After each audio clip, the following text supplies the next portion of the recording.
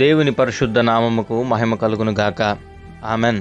ఈ క్రీస్తు పరిచర్య అనేటువంటి యూట్యూబ్ మాధ్యమం నుండి వెలువడుతున్న అనుదిన దేవుని వాగ్దానాన్ని వింటున్నటువంటి క్రీస్తు పరిచర్య అనుచరులకును విశ్వాసులకును యావత్ ప్రపంచానికి ఈ దినపు నా శుభాభివందనాలు తెలియజేస్తుంటున్నాను. ప్రియ దేవుని బిడ్డలారా, మీరందరూ కూడా సురక్షితంగాను ఆరోగ్యంగాను ఉన్నారని నేను భావిస్తున్నాను. మీరు అందించేటువంటి ప్రార్థన విన్నపాల నిమిత్తమై, మీరు దేవునిలో ఎదుగుతున్న విధానం నిమిత్తమై మీరు అందిస్తున్నటువంటి కామెంట్లను బట్టి కూడా నేను దేవునికి కృతజ్ఞతాస్తుతులు చెల్లిస్తున్నాను. మనమందరము కూడా దేవుని చేత ఏర్పరచబడినటువంటి వారము కాబట్టి నిత్యము దేవుని ఎదుట భయభక్తులు కలిగి జీవిస్తూ ఎలా ముందు కొనసాగిపోవాలో గుర్తెరిగి రాబో భవిష్యత్ కాలాల్లో దేవునికి మనము ఉపయోగకరమైనటువంటి పాత్రగా మారాలని ప్రభు దాసుడుగా నేను మిమ్మల్ని బ్రతిమలాడుకుంటున్నాను. మనందరితో ప్రభువుకు అవసరం ఉంది.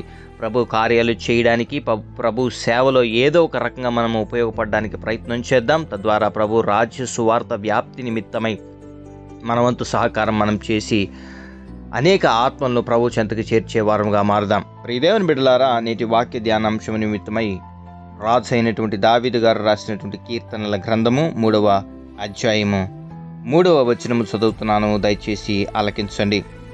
యెహోవా, నీవే నాకు కేడముగాను, నీవే నాకు అతిశయాస్పదముగాను, నా తల ఎత్తువాడవుగాను ఉన్నావు. ఎలుగెత్తి నేను యెహోవాకు మొర్రపెట్టినప్పుడు ఆయన తన పరిశుద్ధ పర్వతము నుండి నాకు ఉత్తరమిచ్చును. యెహోవా నాకు ఆధారము కావున నేను పండుకొని నిద్రపోయి మేలుకొందును. 10,000 మంది దండెత్తి నా మీదికి వచ్చి మోహరించినను నేను భయపడను. ప్రియదేవుని బిడ్డలారా, రాజు అయినటువంటి దావీదు గారు సెలవిస్తున్నటువంటి మాట ఏంటినంటే, యెహోవా, నీవే నాకు కేడముగా ఉన్నావు. ఏ దేవుని నామం పేరటైతే అతను రాజుగా హెచ్చింపబడ్డాడో, ఏ దేవుని నామం పేరటైతే అతను ఉన్నత స్థాయిలో నిలబెట్టబడ్డాడో, ఏ దేవుని నామము పేరట అయితే అతను రాజ్యాలని జయించగలిగాడో, యుద్ధాలని జయించగలిగాడో, ఆ దేవుని నామమే అతనికి కేడెముగా మారింది.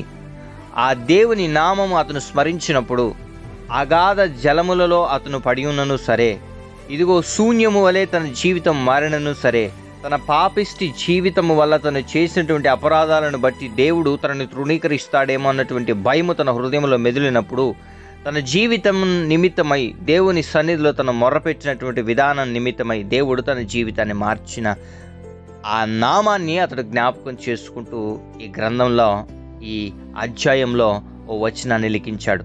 దావీదుకు ఉన్నటువంటి మనస్తత్వం ఏంటి అనంటే, దేవుడు చేసినటువంటి కార్యాలని ఆయనకి గుర్తు చేస్తూ, ఇదిగో ఆయన సన్నిధి లేనిదే, ఆయన కృప లేనిదే దావీదు లేడు అన్నటువంటి విషయాన్ని జ్ఞాపకం చేసుకుంటూ అనేక సందర్భాల్లో ఆయన ఈ కీర్తనల గ్రంథాన్ని లిఖించారు. ఈ కీర్తన గ్రంథాన్ని మనం మొత్తం కనుక చదివినట్లయితే half of the part of కీర్తనలన్నీ కూడా ఎలా ఉంటాయి అంటే, నేను దుఃఖక్రాంతుడనై మొర్రపెట్టుతున్నాను, ప్రభువా నీవు నన్ను ఆదరించవా, నా శత్రువులు నన్ను చెరపట్టి ఉన్నారు, ప్రభువా నీ సహాయమును నాకు అనుగ్రహించవా, ఇంకెంతకాలం ఈ రకంగా నీ మౌనమును నేను సహించాలి అన్నటువంటి స్థితిలోనే దేవుని సహాయమును అర్థిస్తూనే దావీదు గారు అనేక సందర్భాల్లో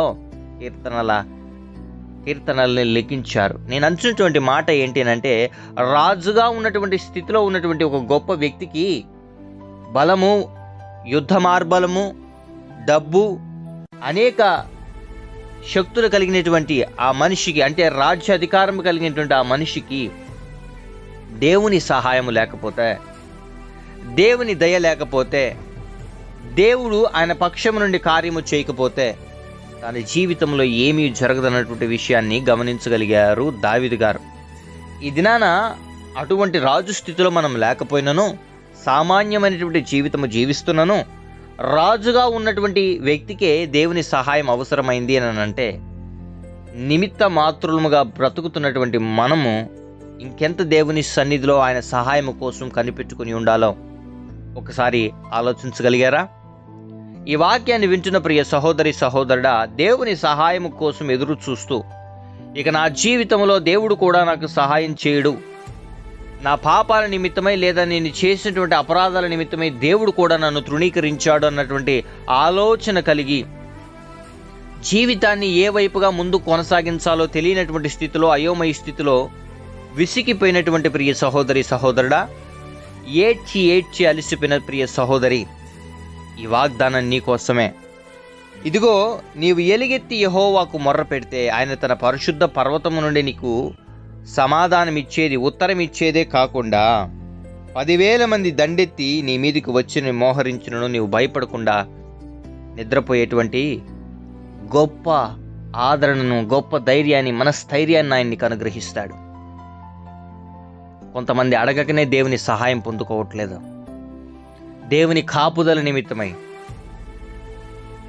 ప్రియ దేవుని బిడ్డలారా, మనం దేవుని సన్నిధిలో ఎలుగెత్తి మొరపెట్టినప్పుడు ఆయన పరిశుద్ధ పర్వతం నుండి ఆయన మనల్ని ఖచ్చితంగా కనికరిస్తాడు, కరుణిస్తాడు, మన గాయాల్ని మాన్పుతాడు. ఈ దినాన నలిగిపోయినటువంటి స్థితిలో, విసిగిపోయినటువంటి స్థితిలో, చదరిపోయినటువంటి స్థితిలో, ఏ స్థితిలో ఉండి నువ్వు దేవునిని అర్థిస్తున్నావో నాకైతే తెలియదు, కానీ ఆ స్థితిలో నుండి నేను బయటికి దేవుడు తీసుకురావాలని ప్రార్థన చేస్తున్నాను. నీకున్నటువంటి అయోమయకరమైనటువంటి స్థితిలో నుండి నేను దేవుడు బయటికి తీసుకురావాలని, పరిస్థితులు నీ మీదికి దండెత్తి మోహరించి నిన్ను నాశనం చేయాలని ప్రయత్నిస్తుంటున్నప్పుడు, ఏం చేయాలో తెలియని పరిస్థితుల్లో రోధిస్తున్న ప్రియ సహోదరి సహోదరుడా, ఆ పరిస్థితుల నిమిత్తమై నేను ప్రార్థన చేస్తున్నాను. ఆ పరిస్థితుల నిమిత్తమై నేను ఇప్పుడు దేవుని అడుగుతున్నాను.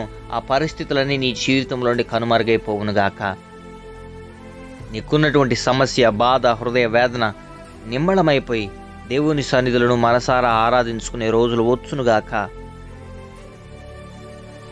రాజు అయినటువంటి స్థితిలో ఉన్నటువంటి దావీదు గారికి దేవుని నామము ఎలా కేడముగా మారిందో, ఈ దినాన్ని నీ జీవితంలో విజయానికి కూడా దేవుని నామం కారణంగా మారాలి. నీవు అద్భుత కార్యాలని నీ జీవితంలో చూడాలి అని అంటే, వ్యర్థమైనటువంటి మాటలు నీ నోటును రానియకుండా నీ జీవితాన్ని అనుదినము ప్రార్థనతోనూ వాక్యముతోనూ కట్టుకోవడానికి నువ్వు ప్రయత్నం చేసినప్పుడు నీ జీవితంలో గొప్ప ఆశ్చర్యకార్యాలు దేవుడు చేస్తాడు. అవి జరగడం నువ్వే చూస్తావు. కృపాక్షేమములు నీ వెంట రావడం నువ్వు చూస్తావు. మనుషులను దండెత్తి మోహరించినను, నిన్ను నాశనం చేయాలనను, నీ జీవితం ఏ రకంగా కూడా నేలను కూలదన్నటువంటి విషయాన్ని జ్ఞాపకం చేసుకోవలసిందిగా మరొకసారి మీ అందరినీ బ్రతిమలాడుకుంటున్నాను. ప్రియ దేవుని బిడ్డలారా, మరి ప్రార్థనలో ఏకీభవించండి. మీ పరిస్థితుల నిమిత్తమే నేను ప్రార్థన చేయబోతుంటాడుగా దేవుడు మీ పరిస్థితులన్నింటినీ చక్కబరిచి మిమ్మల్ని ఉన్నత స్థాయిలో నిలిపి నడిపించి భద్రపరిచి కాపాడునుగాక. ఆమెన్. ప్రార్థన.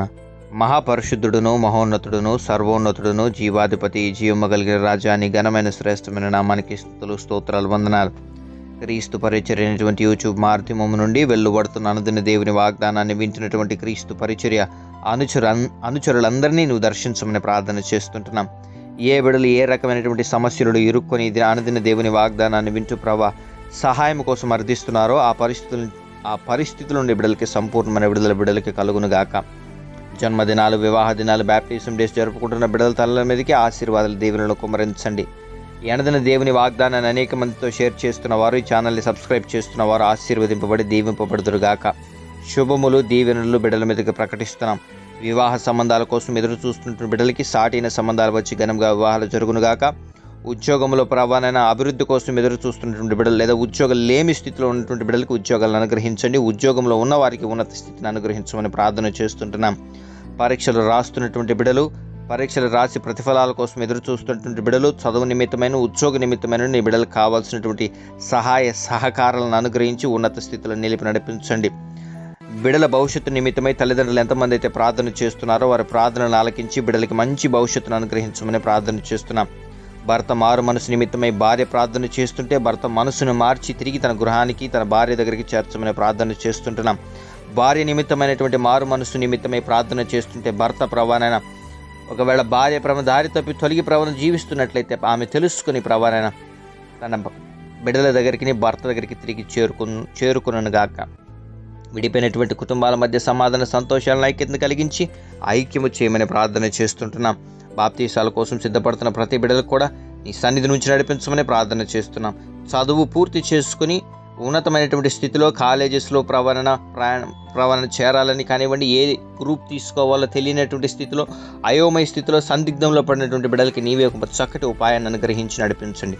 అప్పుల బాధల్లో బాధపడుతున్నటువంటి బిడ్డల్ని బయటికి తీసుకుని వచ్చి ఉపశమనాన్ని అనుగ్రహించండి. అనారోగ్య పరిస్థితుల్లో బాధపడుతున్నటువంటి బిడ్డలకి ఆయురారోగ్యం, బలాన్ని, శక్తిని అనుగ్రహించి నడిపించి కాపాడమని ప్రార్థన చేస్తుంటున్నాం. ఈ దిన దేవులతో బిడ్డల్ని నింపి నడిపించి ఉన్నత స్థితిలో ఉంచమని ప్రార్థన చేస్తున్నాం. విదేశాల్లో ఉన్న మా ప్రియ బిడ్డలకి నీ రక్షణను అనుగ్రహించి కాపాడమని ప్రార్థన చేస్తుంటున్నాం. దిన దీవులతో ప్రతి బిడ్డల్ని నింపి నడిపించి భద్రపరిచి కాపాడమని స్తుతి, ఘనత, మహిమ, ప్రభావాలు నీకే ఆరోపిస్తూ యేసయ్య అతి పరిశుద్ధమైన నామమున ఈ ప్రార్థన విన్నపములు అడిగి పొందుకుని ఉన్నాం మా ప్రియ పరలోకపు తండ్రి. Amen, amen, amen. Praise the Lord. May God bless you all.